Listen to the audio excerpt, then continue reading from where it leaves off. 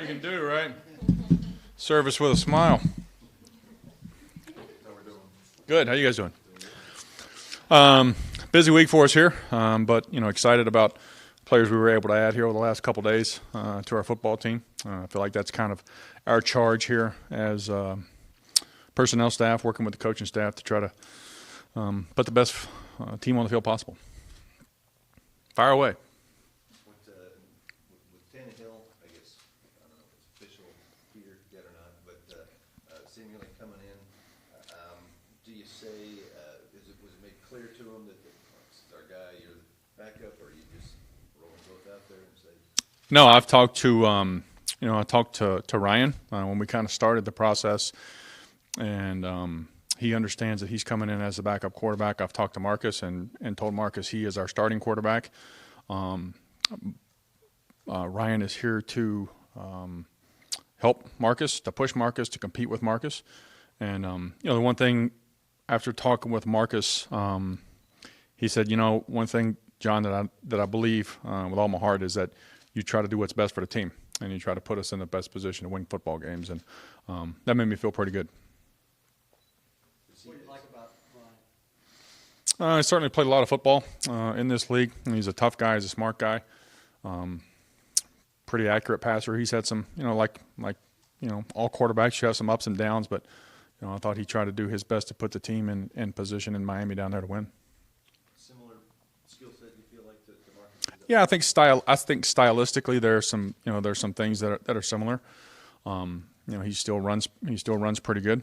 So it's not like we're going to have to throw these plays out or put these plays in to accommodate a certain skill set. I think that his skill set and Marcus's skill sets are similar. Do you anticipate keeping 3 for a time, or? No, we've informed Blaine this afternoon that he will be released. That won't be on the personnel notice, but thanked him for what he's done, and he was very appreciative of the opportunity.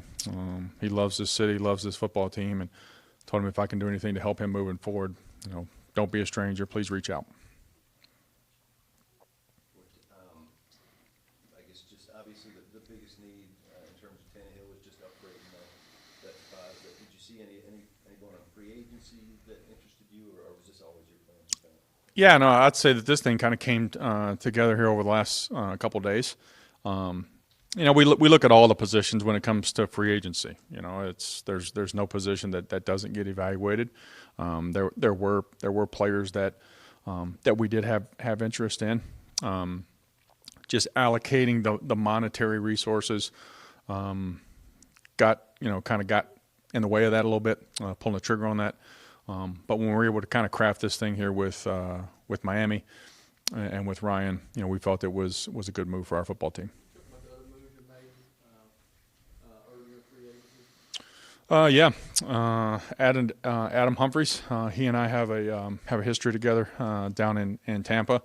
I'll give a shout out to Byron Kiefer down in Tampa. He was a scout that kind of brought him up in the tryout process, and Hump came in and won a job on the team on the 90-man roster, and he was a tough guy to cover through training camp. Ended up not quite making it, and was on the practice squad and kept working. And I've always had an affinity for him. I liked his style, in Tampa there. And, he did a really good job, I thought, on the catch and run plays. He was good in the screen game, has punt return value, and was a good blocker. Wasn't afraid to throw his hat in there on a linebacker to try to spring a run. Saffold, really good size, still a good mover. Gets on guys and can create run lanes. He's sturdy in pass protection, really good technician, good with his hands. And so excited to add him. Cameron Wake, I think his history kind of speaks for itself. Feel like there's certainly still tread on the tires there. 37 years old, as a pass rusher for us. Am I leaving anybody out? Kenny. Yeah, Kenny. Kenny did I saw the clip where he kind of got a little choked up yesterday. I thought that was really cool. kind of speaks to his passion for football and that camaraderie in that room.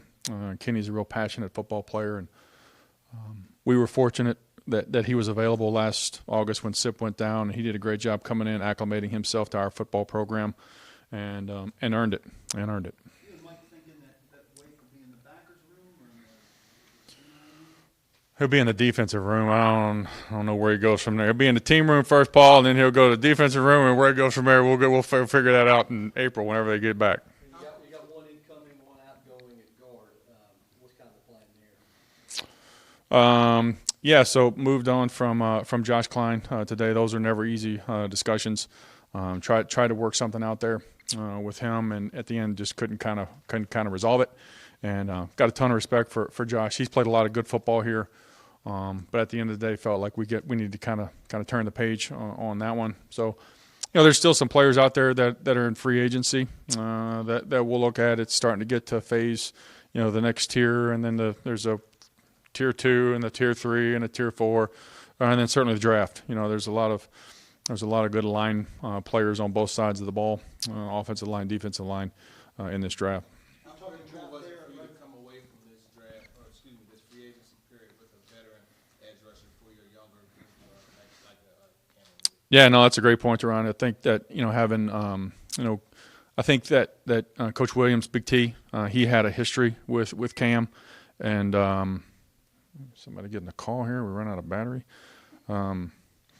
His history with Cam certainly played into us going after him, and his production on the field.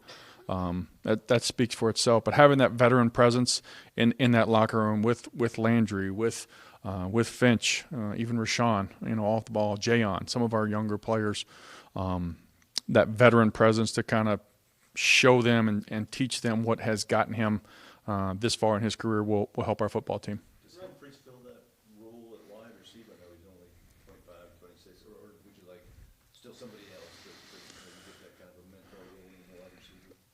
Yeah, we'll see how it goes. Again, it's as long as those guys can get open, catch, and occasionally block. All options. We're open for all options. You envision him as a starter outside in base?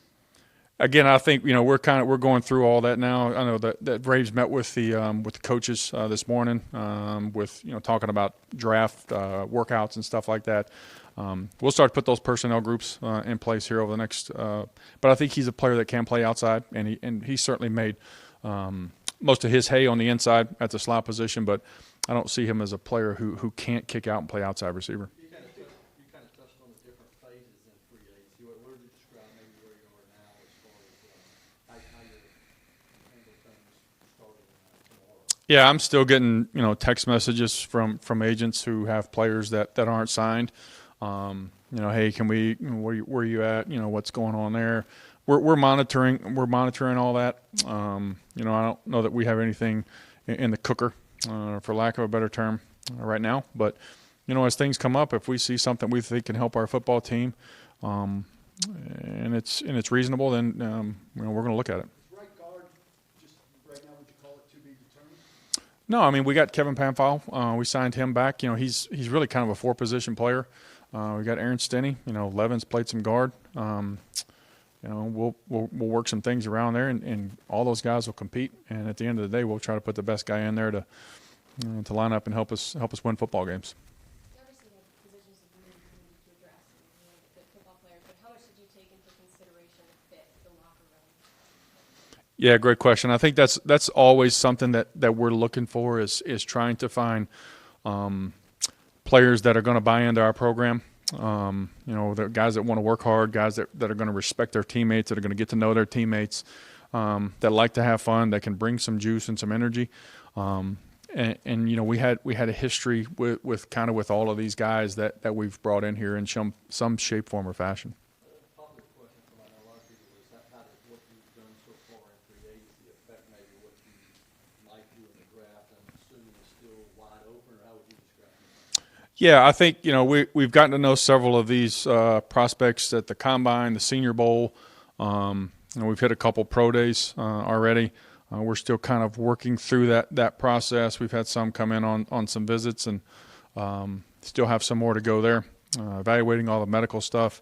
But I think at the end of the day, we're going to try to get really good football players with all our picks. But the draft it's certainly impacted by free agency. One kind of plays off the other, and we'll just kind of see what's we're going to have to sit and wait for a while till we're picking there at 19 if we stay at 19. Sorry, how's the salary cap situation?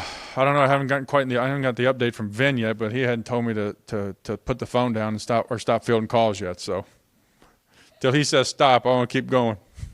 How has it been for you personally to see how Humphrey's career has kind of come to fruition like this? Yeah, I'm really proud of him. I remember, when I called him in and told him that he'd made the team in Tampa after trying out, he was obviously stoked. He was a guy that stayed after practice in Tampa and caught extra footballs and ran extra routes. He was always looking to do more, to try to perfect his craft as a player. Really hard worker, and just proud to have him on our team now. And I know he's going to bring that same attitude and work ethic to our football team. Anything not only here but maybe across the league stand out about this year's free agency, just the pace of the contracts that started rolling off early? Anything different this year compared to the past couple? No, I mean, I think when it all goes pretty quickly once that window opens. Certainly with the salary cap increase and dollars get flowing and it gets competitive and you're trying to secure guys. So I don't think that there's having been in this for this is my third or fourth time at the free agency thing. Nothing ever shocks me. You guys haven't really had a big-time productive slot receiver in a while. How much of a difference can that make? And maybe even league-wide, how much do you think slot receivers' value is increasing? Well, I think by the monetary resources allocated to that position, I think the importance of it has shown. If you just kind of look at that side of it, but I think it's an important position. For third down, you got those choice routes. You've got to have. There's got to be a toughness element with that player because you're closer to the core of the formation, so you're going to be involved in the run game. Certainly, the catch and run plays, whether it's screens or bubbles or whatever it's going to be, we're going to try to get the ball in that player's hands. That plays into it, and it's your win guy. It's when you've got to have 4 yards or you got to have 7 yards. He's got to be able to win, and I think that's an important piece for the football team. And I feel like we got a good one now. Any more of a progress report? You talked to Marcus about the trade. You check in on him, how he's doing? Yeah, said he's feeling good. He's working out and moving around, throwing, and I think he's going to come back here a little bit before the appointed time, whatever that April the 15th or 17th, whatever that date is, and get some work in. And looking forward to getting back and work with him. Excited to have him back on our football team, and looking forward to it. Couple more? Are we good? Good. Thanks. Thank you.